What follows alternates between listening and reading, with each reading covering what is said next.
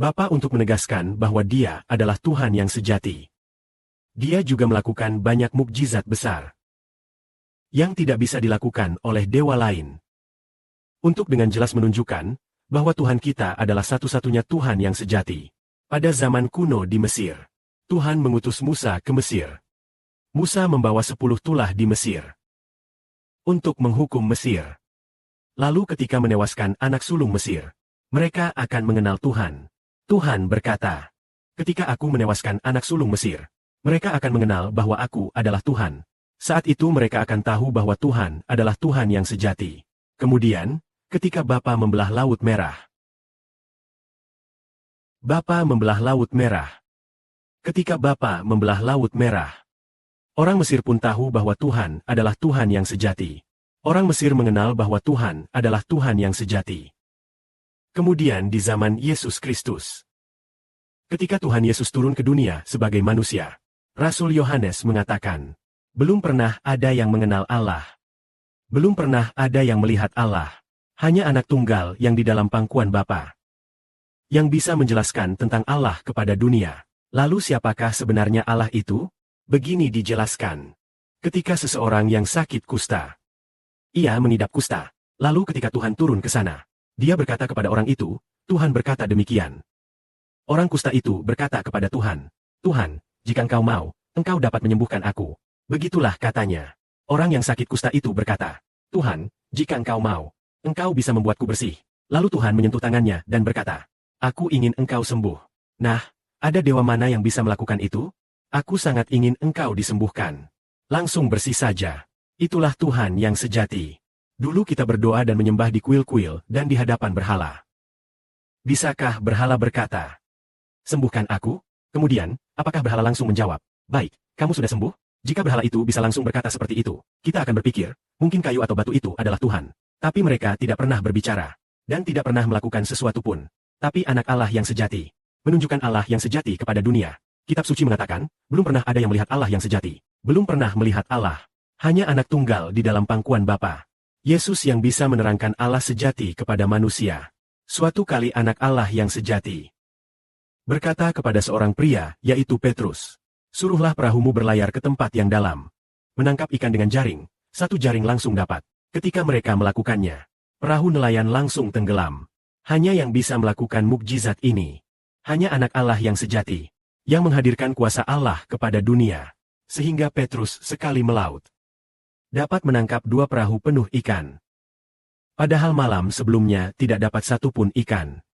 Namun Yesus berkata, lemparkan jaring ke tempat dalam, ikan akan memenuhi perahu hingga hampir tenggelam. Hanya yang bisa berbuat seperti itu. Memiliki kuasa besar seperti itu, itulah Tuhan yang sejati. Tidak ada dewa lain yang berkata.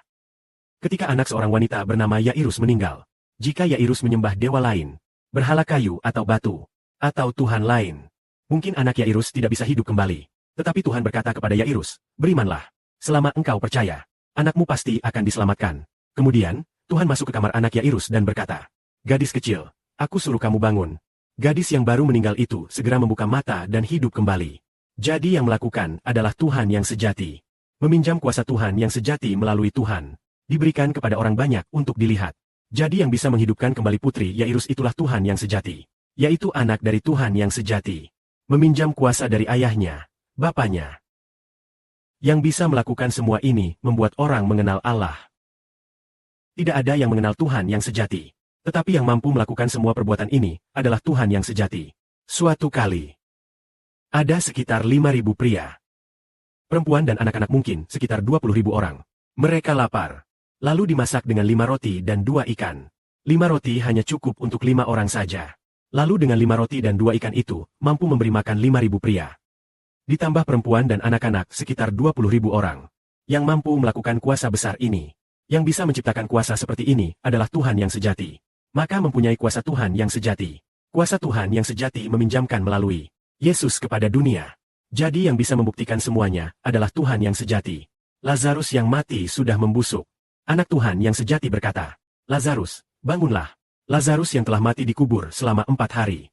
Mayatnya sudah membusuk. Lazarus di mana? Mayatnya segera pulih. Lalu segera hidup kembali. lalu berjalan keluar dari kubur. Jadi yang bisa melakukan kuasa ini adalah Tuhan yang sejati. Jadi anak Tuhan yang sejati Yesus disebut sebagai saksi. Disebut sebagai saksi setia dan benar. Menunjukkan kuasa Allah kepada dunia. Dengan menunjukkan kuasa yang dimiliki oleh anak Tuhan yang sejati. Kuasa inilah yang benar adalah Tuhan yang sejati. Maka kemuliaan diberikan kepada Allah Bapa yaitu Yahweh. Sementara saudara Sibor juga disebut saksi Tuhan yang sejati. Sebagai saksi yang berbeda. Dan di masa depan saudara Sibor, ketika bapaknya menggunakan kuasa besar, memerintahkan hujan berhenti, memerintahkan air berubah menjadi darah, memerintahkan berbagai bencana melanda dunia, kemudian kapan saja dan di mana saja api keluar dari mulutnya, membunuh banyak orang jahat dari segala bangsa dan suku. Orang akan mengenal siapa Tuhan yang sejati. Karena anak Tuhan yang sejati. Anak, hamba Tuhan yang sejati. Menunjukkan kuasa Tuhan yang sejati. Saat itu orang berkata saudara Sibor akan mengenal Tuhan yang sejati. Di dalam saudara Sibor ada Tuhan yang sejati. Saudara Sibor dapat membawa kita mengenal Tuhan yang sejati. Siboro bilang Tuhan yang sejati membangkitkan orang mati. Dan hidup untuk selamanya. Tidak akan mati lagi. Itulah Tuhan yang sejati, Allahnya. Yang bisa menciptakan kehidupan. Dan juga bisa membuat hidup kekal. Itulah yang benar. Tuhan bagi segala bangsa yang selama ini disembah. Bisakah mereka melakukan ini? Tidak bisa. Jadi mereka adalah Tuhan palsu. Allah kita adalah Tuhan yang suci dan sejati. Karena selama zaman, ada banyak dewa, berbagai macam dewa. Sepertinya nama dewa ini ternoda. Karena kita semua pikir patung-patung di kuil adalah dewa. Atau berbagai berhala dianggap dewa. Menyembah leluhur juga sebagai dewa. Maka kita semua menganggap kata dewa itu seperti ternoda atau dihina. Tetapi Yahweh, nama itu adalah suci. Sangat suci. Betapa sangat sucinya Allah itu. Karena banyak dewa palsu yang mengaku sebagai dewa, telah membuat nama dewa itu tampak ternoda. Atau merendahkannya. Tuhan yang sejati adalah pencipta alam semesta. Pencipta kehidupan dan segala sesuatu. Yang bisa menciptakan dengan perintah maka ada. Dialah Tuhan yang sejati. Namanya kudus untuk selama-lamanya. Semua dewa dari segala bangsa dan suku hancur. Saat hanya ada satu Tuhan. Nama Tuhan yang sejati dihormati sebagai kudus. Biarlah kemuliaan diberikan kepada Bapa dan Tuhan,